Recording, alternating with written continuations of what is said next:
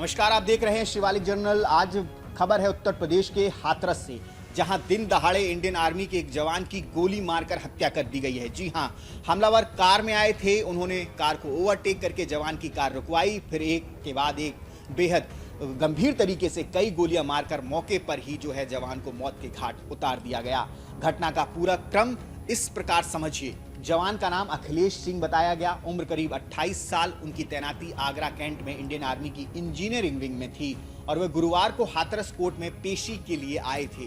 Court में पेशी के बाद वो वापस अपने घर की ओर लौट रहे थे। बताया गया कि वारदात जवान के घर से करीब 1 किलोमीटर पहले हाईवे पर की गई। जगह शादाबाद कोतवाली क्षेत्र में आगरा अलीगढ़ हाईवे पर मुन्नी देवी कोल्ड स्टोरेज के सामने बताई गई है। जैसे ही जवान अपनी कार से घर की तरफ बढ़ रहे थे, तभी एक कार सवार हमलावरों ने उनकी गाड़ी को ओवरटेक कर रोक लिया। जो प्रत्यक्षदर्शी थे, जो वहां आई विटनेस थे, उनके मुताबिक हमलावर 4 से 5 की संख्या में थे और सभी अंधाधुंध फायरिंग कर रहे थे। सबसे पहले हमलावरों ने कार के पहिए पर गोली मारी। बताया गया कि जब जवान ने हालात जो थे वहां के उसको भांप कर गाड़ी बैक कर निकलने की कोशिश की तो पहिए को निशाना बनाया गया। फायरिंग के दौरान टायर फट गया, गाड़ी रुक गई और शीशा भी टूट गया। इसके बाद जवान ने जान बचाने के लिए कार छोड़कर भागने की कोशिश की, लेकिन हमलावर यहीं नहीं रुके। जैसे ही जवान कार से निकलकर भागे, बदमाशों ने उन्हें दौड़ाकर उनके पैर में गोली मारी। गोली लगते ही जवान जमीन पर गिर पड़े। इसके बाद 4 से 5 हमलावरों ने उन्हें घेर लिया और सिर, सीने में 5 से 6 गोलियां दाग दी, जिससे कि उनकी मौके पर ही मौत हो गई। आपको बता दें, जवान ने मौके पर ही उस वक्त दम तोड़ दिया। फायरिंग की आवाज़ सुनकर आसपास के लोग जो थे वो उस मौके की तरफ दौड़े, लेकिन तब तक हमलावर वहां से फरार हो चुके थे। बताया गया कि हमलावरों के भागने का सीसीटीवी फुटेज भी सामने आया है। दिन दहाड़े हाईवे पर इस तरह की फायरिंग से इलाके में दहशत फैल गई है। ग्रामीणों ने घटना की सूचना पुलिस को दी। सूचना मिलते ही पुलिस मौके पर पहुंची और जवान अखिलेश सिंह को अस्पताल ले जाया गया, जहां डॉक्टरों ने उन्हें मृत घोषित कर दिया।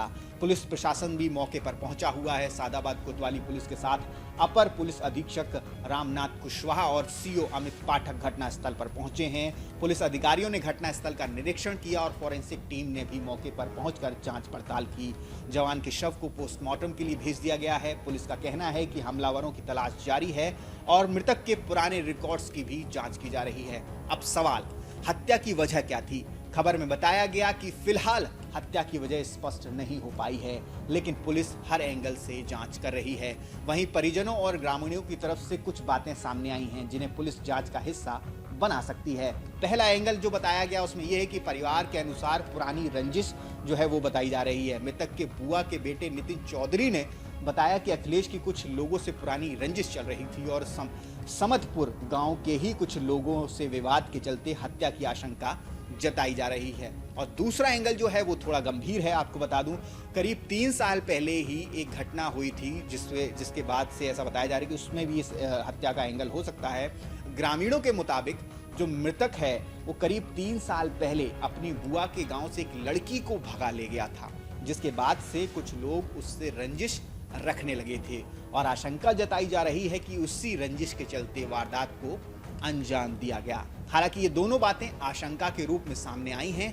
फाइनल जो सच जांच के बाद ही जो है वो साफ होगा। खबर में ये भी बताया गया है कि अखिलेश पर हत्या के प्रयास का एक मामला चल रहा था और उसी मामले में गुरुवार को कोर्ट में पेशी थी।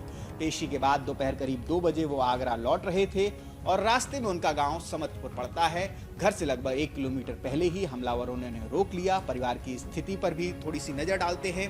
आपको बता दें कि शादाबाद के गांव समतपुर में रिटायर्ड सैनिक देवेंद्र सिंह परिवार के साथ रहते हैं। अखिलेश सिंह उनके बेटे थे और रिपोर्ट्स के अनुसार घर के दामाद भी सेना में हैं। बताया गया है कि पिता देवेंद्र सिंह इस समय जम्मू कश्मीर में दामाद के पास गए हुए थे।